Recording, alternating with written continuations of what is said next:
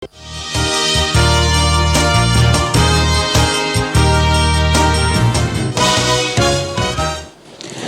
up on Business Incorporated today, UN approves new strategy to accelerate business action to achieve SDGs and more ambitious climate targets.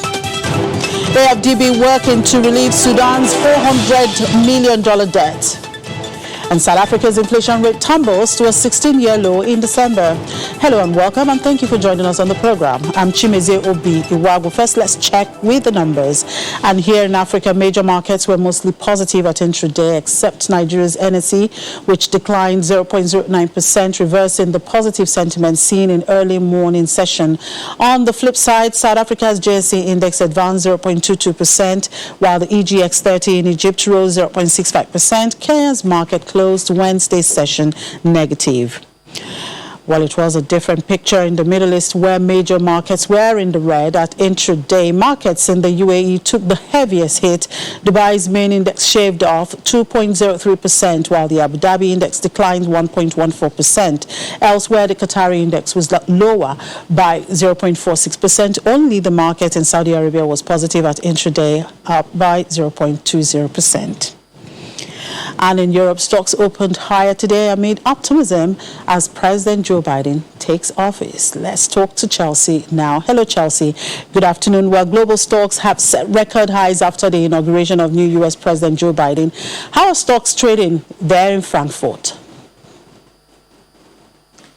Well, stocks here are also following this big wave of optimism. The DAX is up a little under 0.5%, but we're not seeing new records here today. But we have seen over the past couple of weeks, especially in the months since the U.S. election, we've seen a very dramatic run-up in European stocks as well as global stocks. So the DAX is up about 20% since the U.S. election, and that's in part because investors are so optimistic now about the prospect for more fiscal stimulus in the U.S. The Biden administration has said they want to pass a $1.9 trillion stimulus package.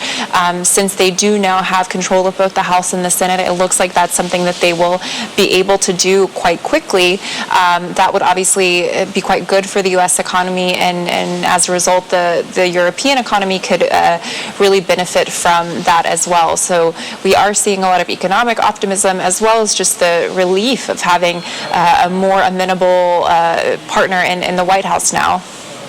And today, the European Central Bank meets in Frankfurt as the European economy continues to struggle on the coronavirus lockdown. What are markets expecting? I'd say that expectations for this meeting are quite low because in December, the ECB really came out and announced a lot of new measures to help support the economy.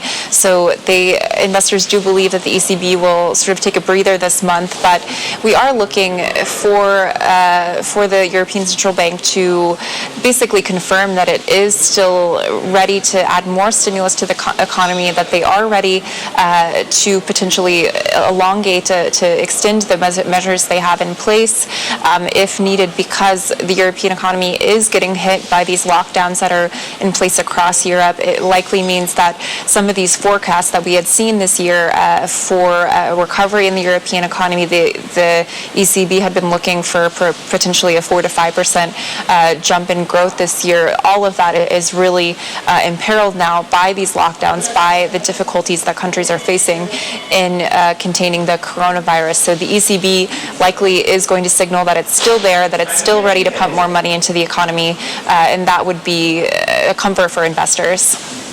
And EU leaders are also holding a video conference today to discuss the continued spread of the virus and issues with Europe's vaccine rollout. Tell us more about this. Well, coronavirus is going to dominate this summit, as it has many of the last EU summits. One of the big topics is going to be how the EU should be approaching the new variants of coronavirus that we've seen come out of the UK, Brazil, South Africa. Those are a major concern for European countries right now because they do appear to be more infectious. So what we've seen here in Europe over the past several weeks is that the number of cases has started to go down as a result of these lockdown measures, but we still don't know how the spread of these new mutations is going to affect that. So the EU wants to come together and figure out a way to deal with the new mutations. They want to set a common approach for things like sequencing the virus and these mutations. So right now we don't really know how common the mutations are in Europe because countries aren't testing enough. They also do want to discuss the vaccine rollout, which has been going quite slowly here in Europe. We've had another blow to that in the past couple of weeks as Pfizer and BioNTech, which is really one of the main suppliers of vaccines in Europe right now, has had to cut production temporarily. They also have reduced the number of doses they're sending out to European countries. So the EU is looking at potentially falling even further behind on its vaccine rollout plan. So they'll discuss ways that they can potentially alleviate some of that supply shortage, as well as new restrictions and how to coordinate the EU's response to this continuing spread of the virus. Well, that conference, I think, is one to keep an eye on. Thank you, Chelsea. We'll talk tomorrow. And stocks and commodities have rallied as the world watched Joe Biden sworn in as U.S. president yesterday, giving a call for unity and urging Americans to face the pandemic raging across the country as one nation. The London stock market opened higher with the FTSE 100 index of blue chip shares gaining 26 points. The pound hit 8-month high against euro in the morning. Well, let's get the intraday update now from Juliana. Good afternoon, Juliana. Sterling hit 8-month high in the morning and FTSE 100 was equally up. Are the markets retaining that momentum this intraday? Good afternoon, Chimisa. Yes, it absolutely is. The pound is riding pretty high against the US dollar. They've got those record highs for the year, which is very, very good news because, of course, since that 2016 historic Brexit referendum, the pound had become pretty much one of the worst performing major currencies. In fact, there were some economists that were suggesting it was performing like an emerging market currency. But, however, of course, we did manage to strike that trade deal with the EU, so things are going up. And there is this inoculation of British citizens. So far, we've managed to give the jab to over 4.5 million people, not doing as well as the Israelis. But if it does keep going down this trajectory, then Britain could be one of the first, better performing economies to start removing some of these restrictions, which is why we're seeing the pound rally so much at the moment. Let's have a look at those numbers at intraday. The all share is up 0.12%. The FTSE 100 is up by 0.09%. And the FTSE 250 is up by 0.26%. In the currencies market, as we've been saying, the British pound is up against the US dollar by 0.5%, up on the euro by 0.19%, and up on the Japanese yen at 0.36% at intraday, Chimay. And a new data from the Office for National Statistics shows UK consumers spent a third less on their credit and debit cards last week than before the pandemic struck, as the latest lockdown hit the economy. Can you tell what this data is trying to depict? Well, this is pretty much a new policy that the Bank of England have decided they are going to share credit and debit card data with the Office for National Statistics, so the British government can really get a clearer and more up-to-date look at how the economy is doing. So far, with much of the data that we've been receiving, including that CPI data we received yesterday, we're kind of looking in the rearview mirror. But there are no surprises to show that in the 2 weeks at the start of January, credit and debit card spending was down. Typically, at this time of the year, January sales here in the UK is pretty much a buzzword. After Christmas, people rush to the stores to get some of those sales. They haven't been doing that because predominantly most of these stores are closed. Though, of course, we are seeing that e-commerce is buzzing. You're not getting the same footfall.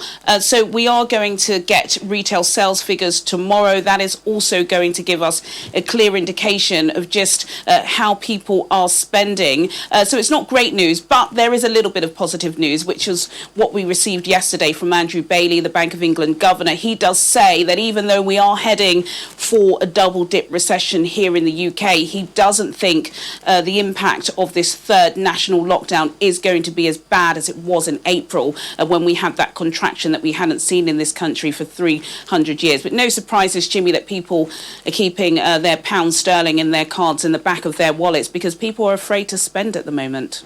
I know. All right, let's talk a bit about aftermath of Brexit. Permit me to ask how much it costs you now to order clothes from any of your favorite brands based in Europe. One Ellie Huddleston, a 26-year-old Londoner, says she was asked to pay an extra £82 for her £200 coat, and deliveries were delayed as they were held up in customs checks for at least a week. Just wondering. Yes, she's not the only one, and I don't know if you or the viewers have noticed, my outfits are pretty boring. I'm very much a British brand buyer, but, you know, if you are somebody that likes to buy your stuff from Europe, trying to get a bargain, this is going to be a major surprise. If you're in the UK and you buy items from Nigeria, typically you would get some import duty charges, but you didn't have that issue if you were buying stuff from Europe because there was no customs duties and they could move freely. That isn't the case. There was another individual who purchased 2 suede boots from Germany in the sale for £300, and then he got a text message saying if he wanted to collect them from the post office, he'd have to pay an extra £150 import duties. These are just some of the issues that consumer protection are seeing from individuals, and that's because the rules have changed, and the issue is that you don't see this price when you are purchasing or when you're putting these products in your basket. You're seeing them way too late, and this is causing lots of issues. Again, we were warned by the British government, including Michael Gove, the cabinet minister in charge of Brexit, that these would be some of the issues, but customers are not happy. I have been looking online to see if there are any statements, and people are being told that if you are not happy with these prices, then you can return the items within 14 days. But after spending £80 on a £200 jacket, you don't want to then refund it and pay the money on top of that. So people are asking to be very, very careful. And we did discuss this on your show, Chimezie, a couple of weeks ago, where there are just many retailers, not just John Lewis and Marks and Spencer's, but also some niche brands on the continent that are no longer delivering between the channel because they just don't think it's worth it anymore. Well, I think the best way out is just to go your way, retain the UK market, buy from the UK stores. Simple.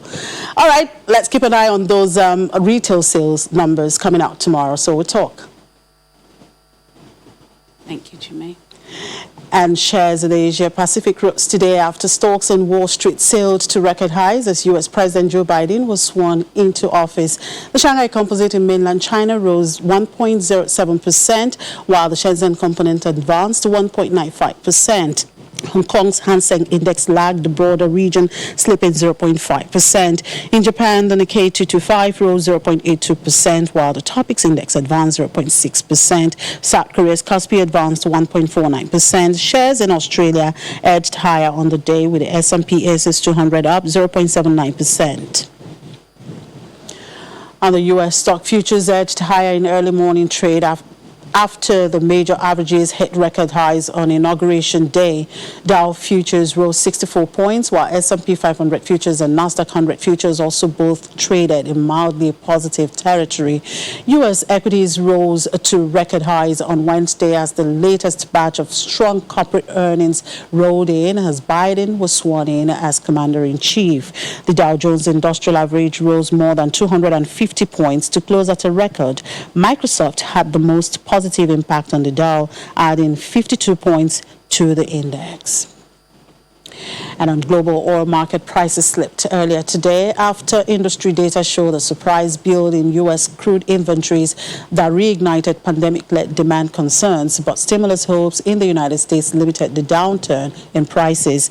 Brent crude futures dropped 0.4% to $55.86 a barrel, while U.S. West Texas Intermediate crude futures fell 0.5% to $53.07 a barrel. Data from the American Petroleum Institute showed U.S. crude oil inventories rose 2.6 million barrels in the week to January the 15th, compared with analyst forecasts for a fall of 1.2 million barrels. The U.S. Energy Information Administration is due to release its weekly inventory report on Friday.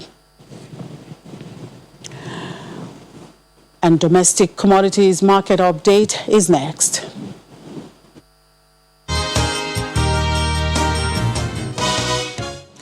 Demand for snacks in Nigeria is growing daily, with consumers seeking healthier and more convenient alternatives to junk snacks. Now, one of the most famous snacks is meat pie. Despite being classified as junk food, the demand is growing as it has become almost a hallmark of the Nigerian youth and millennials.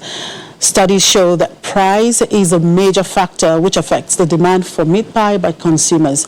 So let's talk about this now with Balumi Oshode, one of the research analysts with Financial Derivatives Company.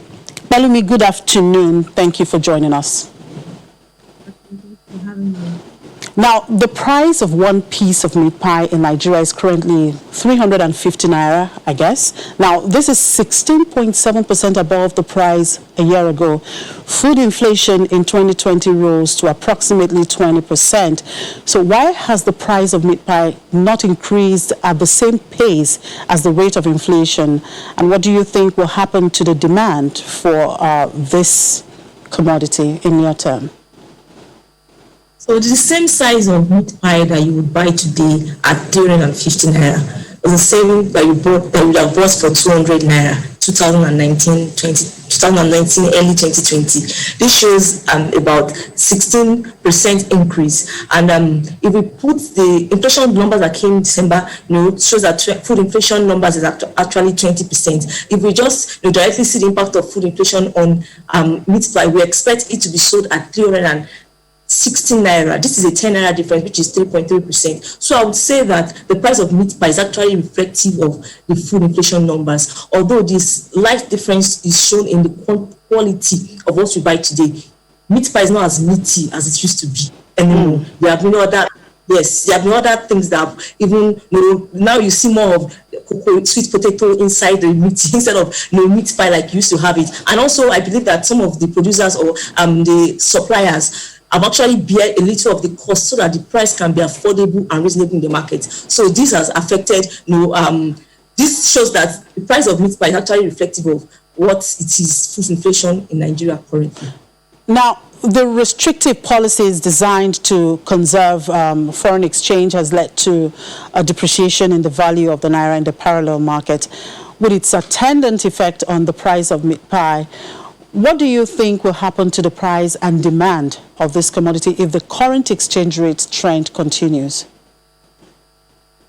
Truth be said, we have seen the impact or the effect of the exchange rate pass-through effect on prices of commodities, and some of the ingredients used to prepare meat pie, generally some of them are imported, and we have seen this effect reflected in the price of meat pie today. Take for instance flour. In the last 1 month it has increased by 7%. Even the same can be said of sugar, increased by 2% in the last 1 month. Also beef itself, the mixed meat that they use, and butter and other ingredient that is used in preparing meat pie, all these ingredients have increased, and this increase in commodity prices or increase in these ingredients is actually reflected in the pricing of meat pie today. We have seen the price of meat pie today at 350. So this shows that if this trend continues, I'm afraid we can get to buy meat pie for 500 naira, and that would affect the demand because consumers will definitely look for alternatives that are not as expensive as this. And like rightly said it earlier, people are actually health conscious, and that naturally has declined,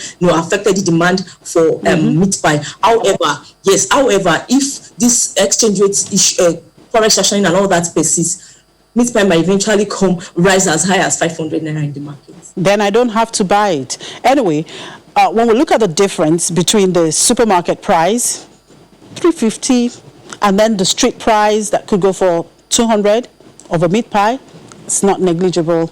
Now, this is because the bulk of the meat pie business is in the informal sector. With the increasing trend towards formalization of the casual economy, do you think that the price differential will expand or narrow? Okay, so the producers of meat pie, they operate in the informal sector. Anybody can just wake up this morning and decide to make meat pie in your environment for people around you, and I'm sure a number of people will buy. But if this sector or this market, meat pie market, is formalized, that would mean that it will come into what we call a perfectly competitive market, where we have numerous sellers and numerous buyers. However, because there will be a minimum requirement, a minimum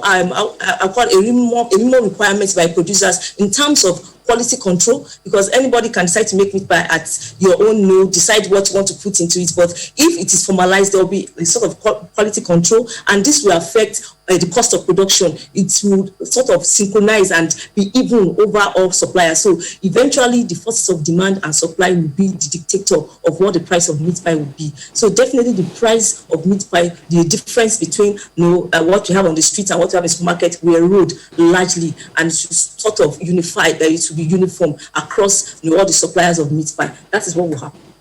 Well, for health benefits, I think maybe formalization of this casual economy should really be the way to go for this commodity. Thank you for your time, Pelumi. Thank you. Well, the United Nations Secretary General Antonio Guterres has announced a new 3-year strategic plan to increase and accelerate corporate sustainability and principled business. With the pandemic and ongoing climate crisis undoing much of the progress the world has achieved since adopting the SDGs in 2015, the new UN Global Compact strategy calls on the global business community to increase its contribution to achieving the 2030 Agenda for Sustainable Development and the Paris Agreement. Mr. Guterres says the compact is uniquely positioned to support companies on their journey to align their practices to a sustainable and inclusive future. And the African Development Bank and Sudan have agreed on a strategy to provide relief on more than $400 million in arrears owed by the Sudanese government. According to the Sudanese Finance Ministry, AFDB is financing development projects in Sudan worth more than $500 million. This comes after the International Monetary Fund said it is working very intensively with the Sudan to build the preconditions for broad debt relief and will assess progress on a staff-monitored program in March. And South Africa's inflation fell to the lowest in 16 years on a sharp decline in consumer demand, thwarting any hopes that the South African Reserve Bank might review its monetary policy stance today. Data from Statistics SA shows that the country's annual inflation rate slowed to 3.1% in December from 3.2% in November, edging even firmer to the lower band of the South Africa Reserve Bank's target range of 3 to 6%. According to Statistics SA, food inflation rose to over a 3-year high at 6.2% from 5.9% in November, pushed up by rising prices of meat, fruit, oils, and fats. However, core consumer price inflation remained steady at 3.3% in December, with both goods and services inflation rates unchanged at 2.6% and 3.7% each. And that's it on the program. Thank you for watching. I'm Chimeze Obi Iwago.